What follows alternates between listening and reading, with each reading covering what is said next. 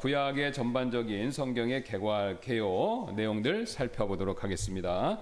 그래서 지난번에 우리가 나눠 드렸던 6쪽 이거 있죠? 예, 그림 가운데 있는 거 이 내용을 한번 봐주시면 감사할 텐데요. 자, 그래서 우리가 이제 시가서에 대해서 살펴봤었죠. 시가서에 대해서. 그래서 시가서라는 것은 뭐냐? 주제가 뭐냐? 예, 그리스도의 오심에 대한 열망, 갈망을 얘기하는 것이다.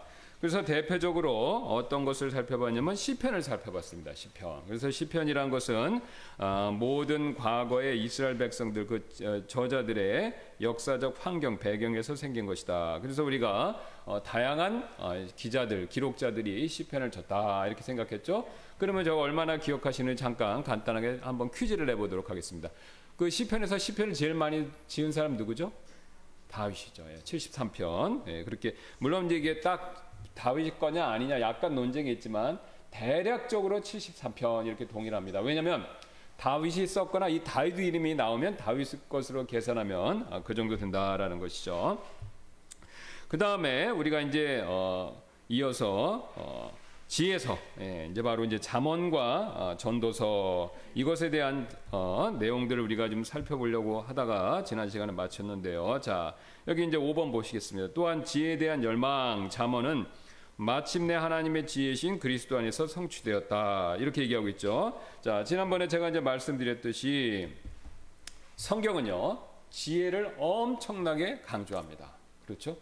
우리는 특히 현대, 요즘 세상을 현대의 테크놀로지가 발달됐고 사람들의 정보통신이 원활하고 모든 것들이 다 이렇게 지식과 정보가 개방된 우리 사회에서는 지식하고 그 다음에 지능, 뭐 영어로 하면 이제 스마트하다는 거죠. 예.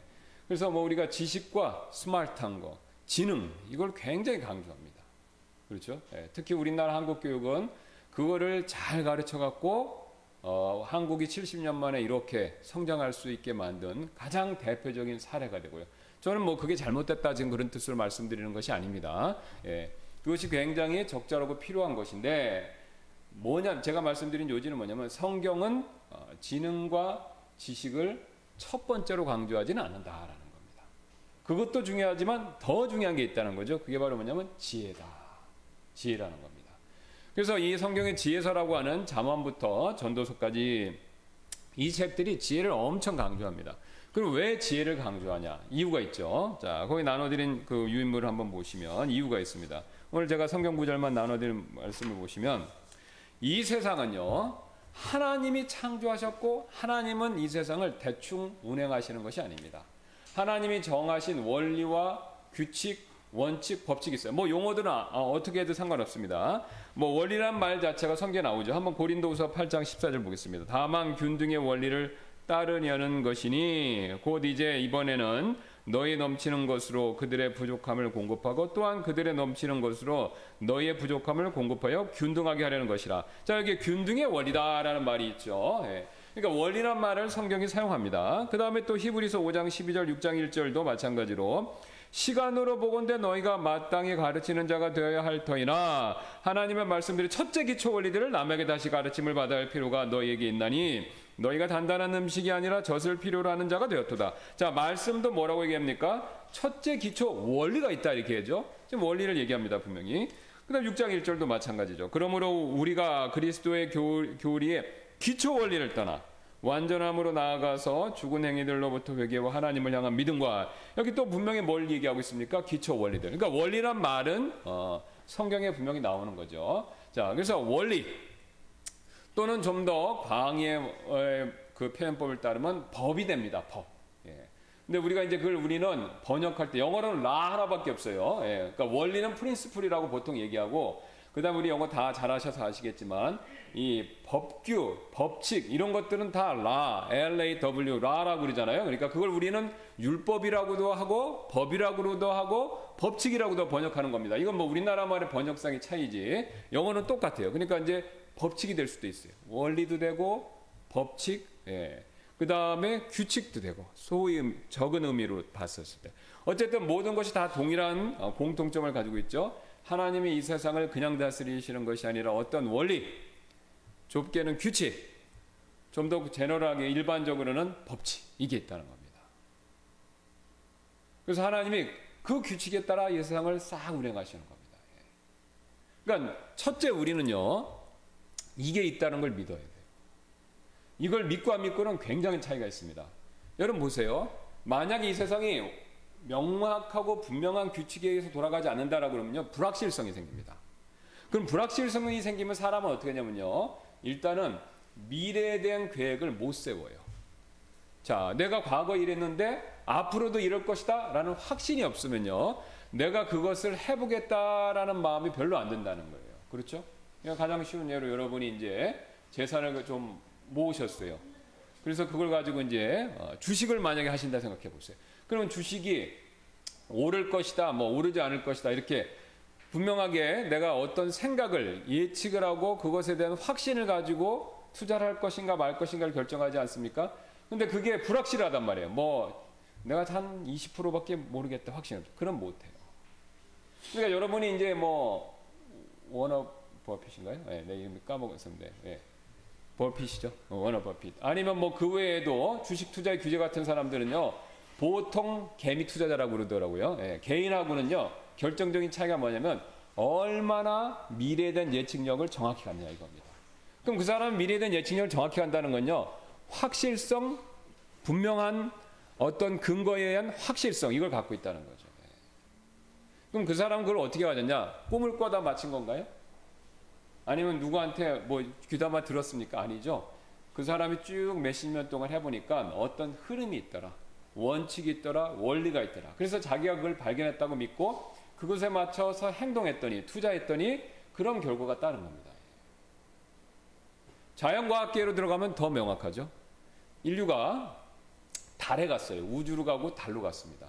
근데 여러분 그 아폴로 11호 뭐 영화들, 인류가 달로 사람을 보낼 때 그것과 관련된 다큐멘터리나 영화 같은 거 보셨나요?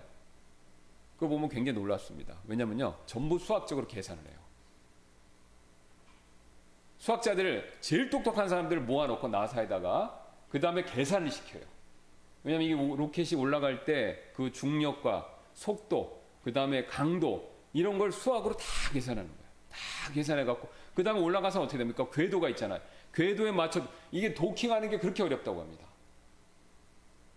그리고 우주에서는 또 속도가 빨라서 한치의 오차만 있어도 튕겨나가고 크게 파괴되거나 아니면은 완전히 큰 재앙이 된다는 거예요.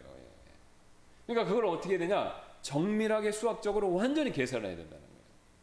그러니까 중간중간에 몇 번 터진 적 있죠. 예. 그 터진 게 왜냐? 계산상의 실수라는 거예요.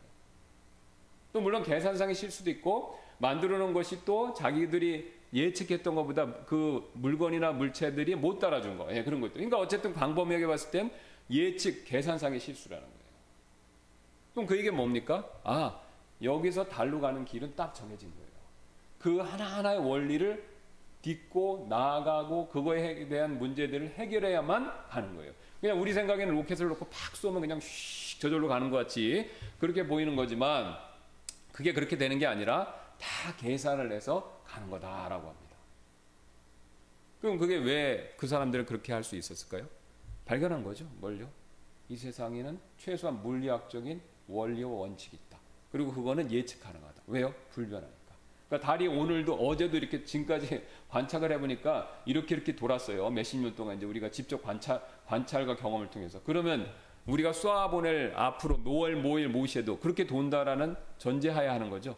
이게 돌지 안 돌지 몰라. 그러면 보낼 수가 없는 거예요. 그 많은 돈에 그 많은 귀한 인재를 불확실성 가운데 우주로 쏘아보낸다? 그건 자살행위랑 똑같죠. 가미가제 시키는 거죠. 예. 그러니까 자연계, 물리학계도 분명히 합니다. 그 다음에 우리가 사회학도 요즘에 그걸 많이 알아요. 예. 아까 제가 이제 경제는 더 뚜렷하고 사회도, 요새는 이제 사회심리학, 그래서 사회 현상을 관찰하는 게 굉장히 발달이 있습니다. 그러니까 사람들이 어떤 일정한 행동들을 한다는 거예요. 예.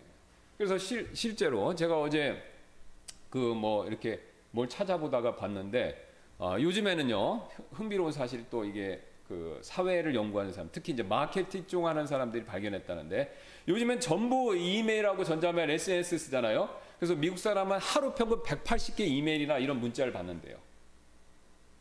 근데 우편은 평균입니다. 16개인가 8가지밖에 안 받는다는 거예요. 평균. 그러니까 아마존이나 구글이 있는 이 사람들이 있죠. 이 사람들이 여기서 마케팅 아이디어를 얻었다는 겁니다. 아하, 사람들은 매일 홍수처럼 쏟아지는 이메일이나 SM 문자에는 식상하구나. 그걸 잘 안 보겠구나. 그렇죠? 우리도 맨날 오르잖아요. 그럼 우리 안 봅니다. 그냥 제목 보고 다 넘기죠. 그렇죠? 예. 그러니까 꼭 필요한 거는 우편으로 카탈로그 같은 편지를 보여야 되겠다. 자, 이런 것을 발견한 거예요. 사회적으로도 그런 현상이 나타납니다. 또 인간의 개인에게도 나타나요. 개인에게도 어떤 특징과 원칙이 있어요. 그렇죠? 이 사람이 그래서 어떤 사람인데 이렇게 행동했으면요, 앞으로도 이렇게 행동하다. 이걸 우리가 예측 가능해요. 그죠? 특히 우리가 어떻게 잘하냐? 부모님들 자식 보면 알아요.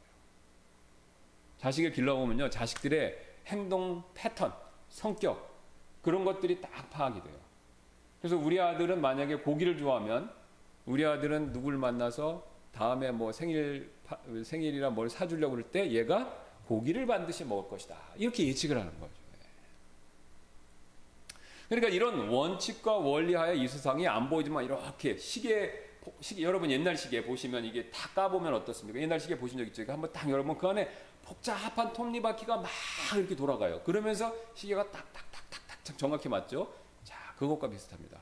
이 우주가, 이 세상이요, 보이진 않지만 이런 원리 원칙에 의해서 내 자신의 개인적인 문제부터 해서 온 우주가 그렇게 좀 돌아가고 있는 거예요. 굉장히 복잡하지만 정교하게 이게 싹 돌아가고 있습니다. 근데 이게 돌아가는 게 멈추면요, 그게 뭐냐면 그게 재앙이 돼요. 제가 이제 성경 묵상글에 요즘에 이제 10가지 재앙을 하는데 그 10가지 재앙을 10가지를 잘 생각해 보세요. 그게 뭐냐면 이게 제대로 돌아가다가 멈춘 거예요. 자, 나일강은 어떻습니까? 물이어야 돼요, 항상. 그죠? 근데 물이 피로 된 거예요. 원래 물이 있는데 하나님의 능력으로 갑자기 그 물이라는 것이 성분이 확 바뀐 겁니다. 화학적으로. 그러니까 그게 사람한테 재앙이 되죠. 왜요? 나일강은 이집트 사람들, 사막 가운데 있는 이집트 사람들에게 꼭 필요한 겁니다. 거기에 살고 있는 동식물, 사람을 포함한 창조물, 생물들에게 꼭 필요한 건데 그게 화학적으로 피가 돼버리니까 재앙이 돼버리는 거죠. 그의 팔이 다 마찬가지예요. 개구리 보세요. 개구리는 물에 살아야 되잖아요. 근데 그 개구리가 웬일인지 뛰쳐나온 겁니다. 사람 사는 집에 살겠다고 달려온 거예요. 그래서 재앙이 되는 거예요. 있어야 될 것, 경계, 원칙적인 것들을 벗어날 때 재앙이 되는 겁니다. 뭐 우리가 지금도 알고 있는 뭐 해성이다. 뭐 맨날 우리가 그 하나님을 안 믿지만 그 상상 속에서 두려워하는 사람들이 그 하는 게 뭐냐면 지구에 유성이 떨어진다 이거잖아요. 그죠? 예. 그 유성이 떨어지는데 예측 밖의 유성이 있는데 그게 들어와 갖고 우리가 충돌해서 우리가 될 것이다. 근데 이게 궤도가 너무 크니까 우리가 안 보인다는 거예요. 그죠? 여기 있고 저기서부터 이렇게 돌아와서 맞을 수 있다. 이렇게 되는 거죠. 근데 이것도 그냥 오는 게 아니라 이렇게 해서 궤도가 있는 겁니다. 그래서 우리가 이런 원칙이 있다, 원리가 있다라는 것을 인식하면요, 여러분의 삶에서 무엇을 해야 될지가 명확해집니다. 자, 그러면 이제 원리 원칙이 있고 그 원리 원칙대로 잘 했었을 때 뭐가 따르냐? 바로 하나님이 우리에게 주시는 복이 있습니다. 자, 그러면 우리가 이제 저기 창세기 2장 16절을 볼까요? 이게 하나님인 첫 번째 원칙, 굉장히 중요한 원칙을 주셨어요. 우리를 만들어 놓고. 주 하나님께서 남자에게 명령하여 이르시되 동산의 모든 나무에서 나는 것은 내가 마음대로 먹어도 되나 선악을 알게 하는 나무에서 나는 것을 먹지 말라. 그 나무에서 나는 것을 먹는 날에 내가 반드시 죽으리라. 그러니까 첫 번째 규칙을 딱 하나님이 명시적으로 가르쳐 주신 거예요. 아담한테. 물론 아담이 창조되고 동산에 있을 때 모든 것이 보이지 않는 원칙과 원리들이 돌아가고 있었는데 하나님이 아담한테 굉장히 이제 교육을 시키시기 위해서 굉장히 중요한 영적인 가장 중요한 규칙을 딱 주신 거예요. 이 규칙의 결과는 뭐냐면 영원한 생명과 영원한 죽음. 둘 중에 하나를 가르는 거죠. 이거를 먹지 않으면 영원한 생명, 동산에서 복된 삶을 계속 누리는 거고 이걸 어기고 먹으면 죽는다 이거죠. 우리는 이 선악을 알게 하는 지식의 나무가 뭔지 그거에 대해서 굉장히 관심이 많고 그 다음 왜 하나님이 먹게 하는 것 때문에 이렇게 신경을 쓰시냐 이런 거에 관심이 있지만 지금 성경에서 말하는 최대 관심사는 그게 아닙니다. 그것도 중요하지만 하나님이 중요하게 여기시는 것은요, 이런 원리가 있고 이런 원리에 너희가 순종할 것이냐 말 것이냐 이 여부를 물으신다는 겁니다. 우리가 핸드폰, 이 안에 컴퓨터 있지 않습니까? 핸드폰은 누르면 기계적으로 돌아가요. 그렇죠? 불순종인 게 없어요. 불순종 자체는 에러라는 거예요. 근데 에러가 났다는 건 핸드폰 자체에 어떤 의지가 있어서 자기가 그렇게 한 게 아닙니다. 그 안에 여러 가지 회로나 이런 것들이 뭐 먼지가 들어갔든지 물이 들어갔든지 여러 가지 요소에 의해서 그게 문제가 생긴 거지 자의적으로 한 게 아니라는 겁니다. 하나님은 근데 우리를 이런 핸드폰이나 컴퓨터 같이 만드신 게 아닙니다. 우리의 선택에 따라서 결과를 취할 수 있고 책임질 수 있게 하는 그런 존재로 만드시는 거죠. 성경 그것을 하나님의 형상대로 만들었다. 왜요? 하나님의 의지를 가지고 계시기 때문에 인간도 의지를 선물로 주신 겁니다.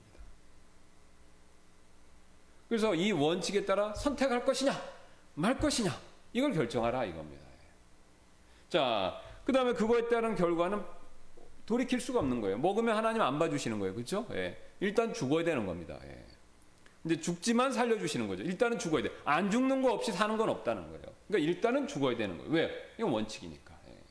자, 그 다음에 이제 그 원칙이 이제 2장 8절 신약에도 똑같이 나왔죠. 예. 그게 이제 창세기 로마서 2장 8절이 창세기 2장 16절 17절에 대한 신약 버전이 되죠. 논쟁하기 좋아하며 진리에 순종하지 아니고 불의에 순종하는 자들에게 뭘로 갚으십니까? 경노와 진노로 갚으시리라.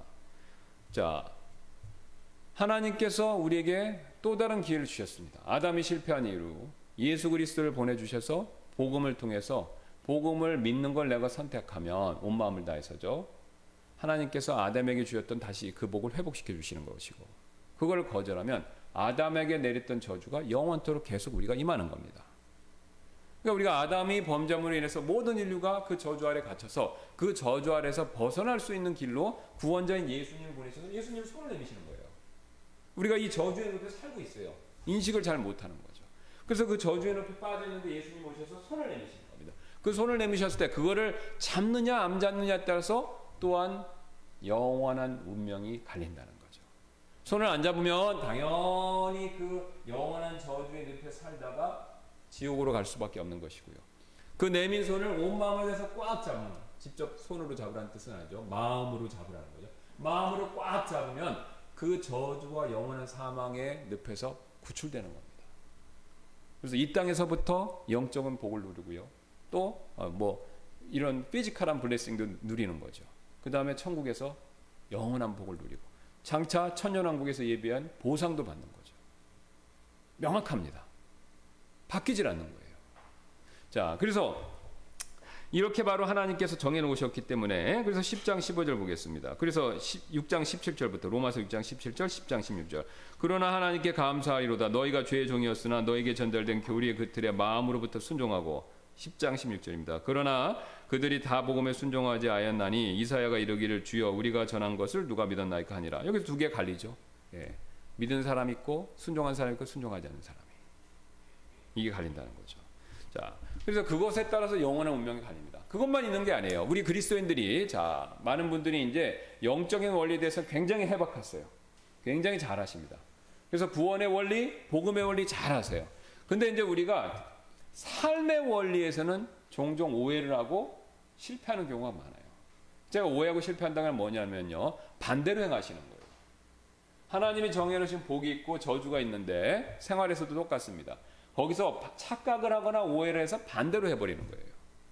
그러니까 이 땅에서 그리스도인으로 살면서 영적인 복은 얻었지만 실제 삶의 복은 굉장히 기대하지 못했던 어려움을 겪을 수가 있어요. 불필요한 어려움을. 가장 이제 제가 굉장히 좀 솔직하고 적나라하게 한번 말씀드리겠습니다. 제가 아는 굉장히 훌륭한 그 나이 드신 집사님이 계셨어요. 그분이 굉장히 교회 신실하세요. 삶이 하나님을 위해 섬기는데 최선을 다했어요. 그래갖고 나이 드셔서 돌아가실 80, 90이 될 때까지 교회를 굉장히 신실하게 섬기셨어요. 근데 가정에서 자녀들과의 관계는요. 믿지 않는 사람보다 훨씬 못했습니다. 그런데 그분이 가족관계가 굉장히 흐트러지고 엉망진창이 되고 돌아가시면서 그분이 마지막에 이러신 거예요. 하나님한테 난 최선을 다했는데 왜 나는 가족관계가 이렇게 좋지 않지? 그 의구심을 갖고 저도 잘 아는데 그렇게 돌아가셨다는 거예요. 그리고 그분의 마지막에 그 모습을 보고 많은 성도분들이 회의, 의구심, 그 다음에 안타까움을 포함한 의심이 생겼다는 거예요. 하나님을 이렇게 잘 섬겼는데 왜 저분은 가정의 복은 저 정도밖에 받지 못하셨지? 여러분 우리가 종종 그런 경우 있죠? 네. 우리 삶에 저를 포함한 모든 영역에 그런 부분이 있습니다. 제가 아무리 목회자지만요. 제가 목회자로서 영적인 원리에 대해서 잘 알고 하지만 생활상의 어떤 원리가 안 되면요, 저도 사실 그와 비슷한 현상이 나타날 수 있습니다. 그럼 왜 그러냐? 영적인 원리는요, 영적인 복은 영적인 원리로 돌아가요. 여러분이 거기 맞춰서 열심히 하시면 하나님 복을 주세요. 또 이 세상에서 자녀 관계에 있어서도 원리가 있어요. 그 원리를 여러분이 정확히 알고 그 원리대로 하시면 복을 주세요. 근데 우리가 그리스도인이라고 하고 영적인 원리를 알지만 이 원리를 모르거나 아니면 이 원리에 반대로 하면요, 이 자녀 관계에서 오는 복을 누릴 수가 없어요. 왜? 이쪽 원리나 이쪽 원리나 하나님은 똑같이 원칙대로 진행하시기 때문에. 그래서 이거는요, 비단 우리에게만 있는 일이 아닙니다. 제가 더 구체적인 얘기를 드릴게요. 여러분, 요한 웨슬리 아시죠? 굉장히 대단한 사람이에요. 굉장히 대단하고 훌륭하고 뭐 기독교 역사상 손가락 안에 꼽히는 대단한 사람이죠. 감리교를 상시하고 대단한. 우리하고 뭐 침례교 신앙에 있어서 100% 일치를 하지는 않지만 훌륭한 면에 있어서는 우리보다 뛰어납니다. 그거는 뭐 사실이죠. 근데 이분이 뭐 한평생 젊었을 때 회심하고 놀라운 간증이잖아요. 구원도 받지 않는데 미국에 선교사로 가서 복음을 전하러 다닌 거예요. 그러다가 자기가 구원받지 않은 걸 깨닫고 돌아온 사람입니다. 유명한 일하잖아요. 그 배 타고 갔다 오는 길에 갈 땐지 올 땐지 헷갈리는데 약간 모라비안 교도들이 갈 때였을 거예요. 막 폭풍이 막 쳐서 자기는 무서워 죽겠는데 그들은 모여서 기도하면서 평안 가운데 기도하고 찬양한다는 거예요. 이 모라비안들은 어떻게 대단하지? 이단이라고 오해받는데. 그가 모라비안에 대한 인상을 받았다가 선교를 가서 미국의 선교제, 인디안 선교죠. 거기 가서 실패하고 돌아와서 그 어떤 거리죠? 그 기억이 안 나는데 거기서 그 한 사람이 루터의 로마서 서신을 읽는 걸 듣고 확신, 자기가 내 의로는 안 되는구나, 하나님의 그리스도의 의로 되는구나, 그걸 확신을 갖고 깨닫고 진정한 그리스도인이 되고 놀랍게 하나님께 사용됐습니다. 자, 그런데 그 사람 전기를 보면 잘 안 알려진 내용입니다. 부인하고 사이가 엄청 나빴대요. 자식은 엉망진창이었대요. 여러분 왜 그런지 아십니까? 너무 바빠서 밖으로만 사역을 다녀서 아내를 돌보지 못한 거예요. 자식을 신경을 못 쓴 거예요. 그러니까 자기 아버지가 아무리 훌륭해도 요한 웨슬리 자식들은 아버지를 구원을 못한 거예요. 자기 남편이 아무리 대단하고 위대해도 아내는 남편 얼굴 보기 어려운 거예요. 그럼 여자로서, 아내로서, 아들로서, 자녀로서 아버지의 그런 행동이 감당하기 어려운 거죠. 물론 두 사람이 굉장히 신앙이 출중해갖고 막 믿음으로 욥처럼 이기고 그러면야 그런 문제가 없겠지만 보통 사람이라면 보통 성품과 보통의 믿음을 갖고 있었다면 그걸 극복하기 어렵습니다. 그래서 실제로 왕왕 훌륭한 신앙을 가지신 훌륭한 목사님, 또 훌륭한 집사님, 위대한 신앙의 그 인물들이 자녀가 평균 이할때가 있는 거예요. 왜 그러냐? 자녀를 잘 가르쳐야 되는 원리를 소홀히 했기 때문에 몰라서 그러거나 그걸 잘 신경 못 쓰거나, 물론 일부러 그러진 않았겠죠. 그럼 우리가 그것을 통해서 뭘 할 수 있냐? 하나님은요, 원칙대로 하시는 거예요. 이 원리에 충실했으면 이 원리에 따른 복을 주시는 거예요. 영적인 원리, 구원의 원리. 또 이쪽 원리에 그걸 알고 충실하면 그거에 대한 그걸 주시는 거예요. 그러니까 영적인 원리를 빼놓고 일반 삶에 하나님 만들어 놓으신 많은 원리가 있는데 그 원리를요, 구원받지 않았다 하더라도 이게 우리가 하나님의 형상대로 만들어지셔서 우리가 사람 안에 선한 도덕심도 있고 양심이 있어요. 그래서 더듬어서라도 그걸 깨닫고 경험적으로 깨닫고 그렇게 하는 사람은 복을 받는 거예요. 그러니까 이 세상에 나쁜 짓을 해서 돈을 버는 사람이 아니고 하나님의 이런 원리를 어렴풋이 알아갖고 열심히 해서 일한 사람들은요, 이 원리의 실행을 충실한 사람들은 그 사람들 복을 받는 겁니다. 반대로 그리스도인이 이런 원리를 무시하고 반대로 하면요, 복을 못 받아요. 그러니까 왜 불신자, 여러분 이 원리를 이걸 정확히 이해하시면요, 우리가 맨날 그러죠.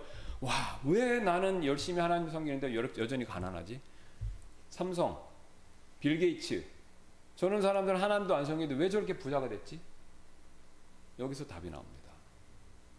그들은 하나님을 몰랐지만, 하나님을 믿질 않지만, 하나님이 이 세상을 다스리시는 원리, 어떤 원리가 있다는 거 알아요. 그게 하나님이 만드셨다는 걸 인정하지 않을 수도 있지만 원리가 존재한다는 걸 아는 거예요.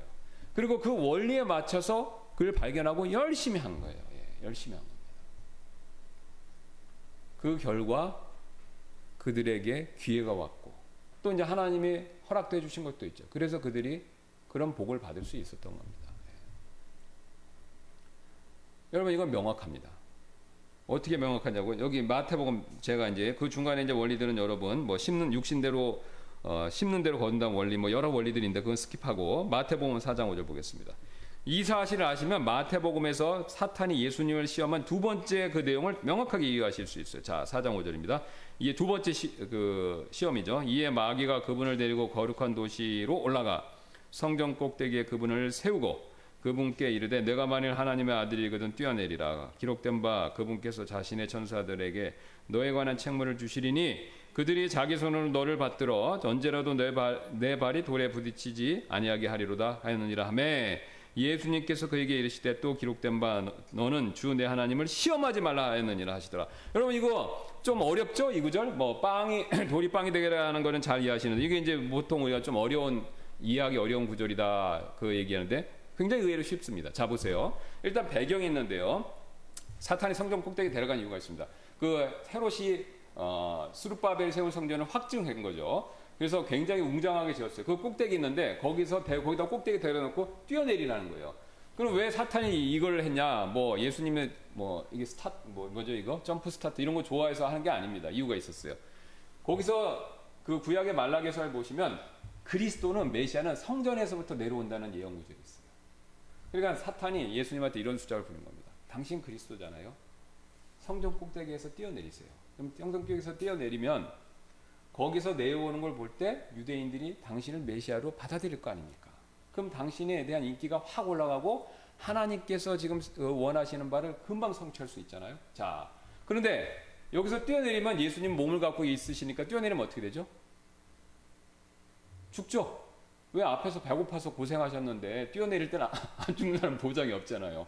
몸을 입고 있으니까 예수님 뛰어내리면 죽는 거예요. 그러면 예수님이 뛰어내리면 죽으면 안 되니까 하나님이 그러면 천사를 보내서 당신 발을 딱 받쳐서 천사들이 발을 받치면서 이렇게 싹 내려오니까 뭐 마블 영화 이런 거 보시면 슈퍼맨 이런 거 나오잖아요. 높은 데서 뛰어내렸더니 슈퍼맨이 짜잔 나타나갖고 받쳐갖고 싹 안전하게 내리는 것 같이 그런 걸 연출하라는 거예요. 그러니까 이건 뭡니까? 예수님, 하나님이 만드신 원리. 육신을 입은 물질의 몸을 입은 사람이 뛰어내리면 중력의 법칙에 의해서 뛰어내리면 중력의 법칙에 의해서 죽는다는 거 그거를 거스르십시오 이렇게 하는 거죠. 그거에 대해서 예외를 만들도록 하나님께 강요하십시오. 바로 이겁니다. 그러니까 예수님이 그걸 간파하시고 뭐라고 합니까? 사탄아, 너는 주 내 하나님을 시험하지 말라는 거죠. 하나님 시험하지 말라는 거예요. 왜요? 뛰어내리면 죽는 거예요. 그죠? 뛰어내리면 죽는 거예요. 예수님도 뛰어내리면 죽는 걸 아시고 그 인정하셨기 때문에 안 뛰어내리신 겁니다. 그럼 그 얘기는 뭡니까? 물리적인 법칙이 존재한다는 거예요. 하나님은 그걸 예수님조차도 예외로 봐주시지 않는다는 겁니다. 그럼 우리가 굉장히 중요한 걸 배울 수 있죠. 하나님이 만들어 주신 이 보편적인 원리의 원칙, 성경에서 직간접적으로 말하는 내용들, 이거에 우리가 충실해야 됩니다. 예, 충실해야 돼요. 그거를 이제 근대에서는 사람들은 내추럴 라, 그래서 자연법이라고 그랬죠. 예, 그걸 만들어서 이 사회를 그런 원리와 원칙에 따라 돌아가게 할 수 있게끔 그 사람들이 그거를 법제 그런 걸 한 거예요. 왜 그러냐면 이유가 있죠.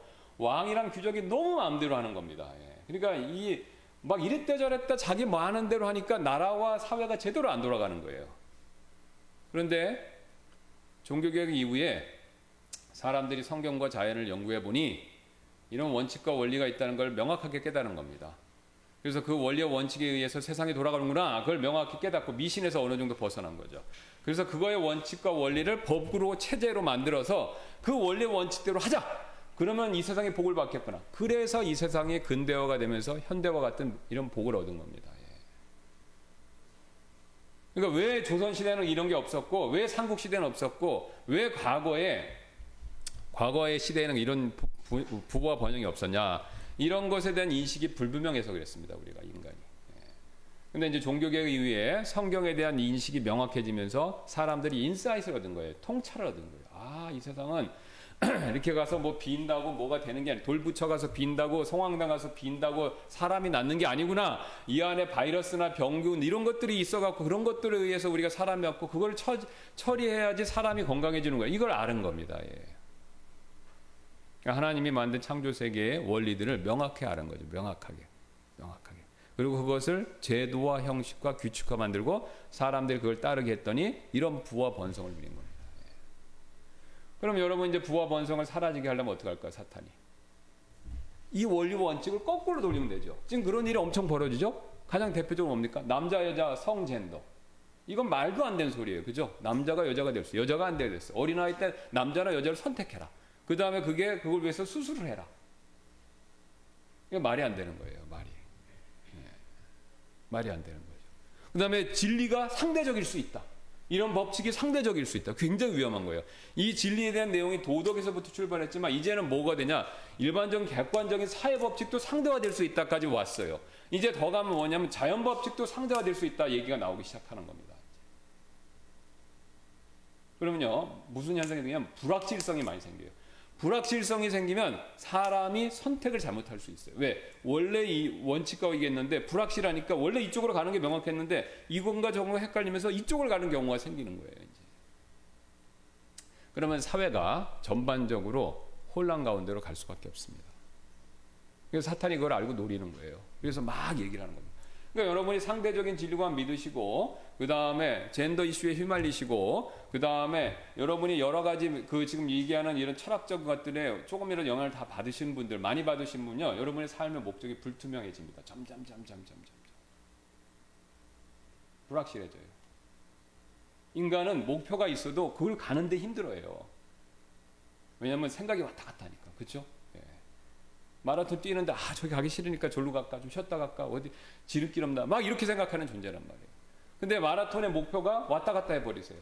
그 왔다 갔다 하면 어떡하겠습니까? 안 뛰죠? 누가 뜁니까? 뛰다가 못 뛰겠다 이렇게 되는 거죠. 그래서 이제 이런 현상이 지금 계속해서 일어나고 있는 겁니다. 그래서 성경은 일찌감치 이 모든 것을 알고 뭘 강조했냐? 지혜를 강조하는 겁니다. 지혜. 원리가 존재하는 걸 알고 그 원리의 원칙에 따라서 열심히 선택을 잘하는 거죠. 그 길로 가라는 거예요. 그러면 그 결과 하나님이 예비해 놓으신 복이 있다는 겁니다. 그러니까 여러분의 삶에서 어떤 영역에 복이 없다. 내가 원하는 만큼 안 된다. 물론 이제 그게 우상이 되면 안 되겠죠. 그런 부분이 안 된다. 그럼 여러분이 어떤 원리의 원칙을 잘 모르시고 그 다음에 그 원리의 원칙에 반대로 하고 계신 거예요. 그 건강도 마찬가지고 사람 관계도 마찬가지고 부모 자식 간의 관계도 다 마찬가지입니다. 원리 원칙들이 다 있는 거예요. 여러분이 구원받는 영적인 원리 하나 알고는 이 세상에서 풍성한 삶을 사시기가 어려워요. 왜? 대부분은 반대로 행하기 때문에. 반대로 하는 경우가 많기 때문에. 자, 그래서 제 얘기가 아니라 여기 보죠. 그래서 맨 밑에 보겠습니다. 성경은 이와 같은 원리가 존재한다는 사실을 깨닫고 이런 원리에 따라 사는 삶을 지혜라고 부릅니다. 그래서 지혜를 지식과 지능보다 더 강조합니다. 그게 잠언이 굉장히 주제죠. 4장 7절 보겠습니다. 지혜는 으뜸가는 것이니 그러므로 지혜를 얻으라. 내가 얻은 모든 것으로 명철을 얻을지니라. 지혜하고 명철은 서로 이렇게 돌아가면서 쓰는 말이죠. 지혜를 거래하는 것이 은을 거래하는 것보다 나으며 그것의 이익이 정금보다 나으니라. 그렇죠? 요거 알고 있으면 여러분이 언제든지 삶에서 지혜로운 선택을 할 수 있고 그 지혜로운 선택에 따라 여러분이 계속 노력하시고 가시면요, 하나님의 약속된 복들이 있습니다. 물론 그 복을 받고 그 복을 우상으로 삼으면 안 돼요. 또 그 복 자체가 우상이 되면 안 돼요. 이걸 해봤던 사람이 누구예요? 솔로몬. 그렇게 해보니까 소용없더라 이렇게 됐잖아요. 그 주신 복을 감사하고 받은 복을 하나님을 위해 쓰고 또 궁극적으로 하나님께 영광을 돌리는 삶. 이게 인간의 최고의 선입니다. 인간이 누릴 수 있는 최고의 복인 거예요. 돈이 만약에 최고의 복이면 부자는 다 행복해야 돼요. 근데 부자인데 자살하는 사람 얼마나 많습니까? 그죠? 명예가 최고면요, 정치인들, 그죠? 우리나라 전직 대통령 자살했잖아요. 권력을 잃긴 했지만. 연예인들은 말할 것도 없어요. 그죠? 그죠? 대단한 그 영화 배우, 스타들 엄청난 걸 누렸지만 말로가 비참한 사람도 많아요. 그런 게 진정한 행복의 수단이라면, 목적이라면, 그게 진정한 행복을 가져다 주는 방법이라면 그런 사람들은 굉장히 행복해야죠. 근데 그렇지는 않습니다. 우리가 속는 거죠. 그 행복을 주신 하나님을 더 소중하게 여기고 그분을 경배하고 그분께 영광 돌려야 되는데 그 하나님이 주신 행복에 집착하는 겁니다. 근데 결국은 마지막에 가면 후회하게 돼 있어요. 그래서 여기 나오잖아요. 지혜는 루비보다 귀하니 내가 바랄 수 있는 바랄 수 있는 모든 것이 그것과 비교될 수 없었다. 지혜의 오른살에는 많은 날이 있고 지혜의 왼손에는 재물과 명예. 그렇죠. 많은 날이 있고 재물과 명예가 있다고 합니다. 지혜의 길들은 즐거운 길이요 지혜는 모든 행로의 화평이니라. 그렇죠. 즐거운 길이에요. 왜요? 여러분 이거 알고 하면요 재밌어요 사람이. 그렇죠.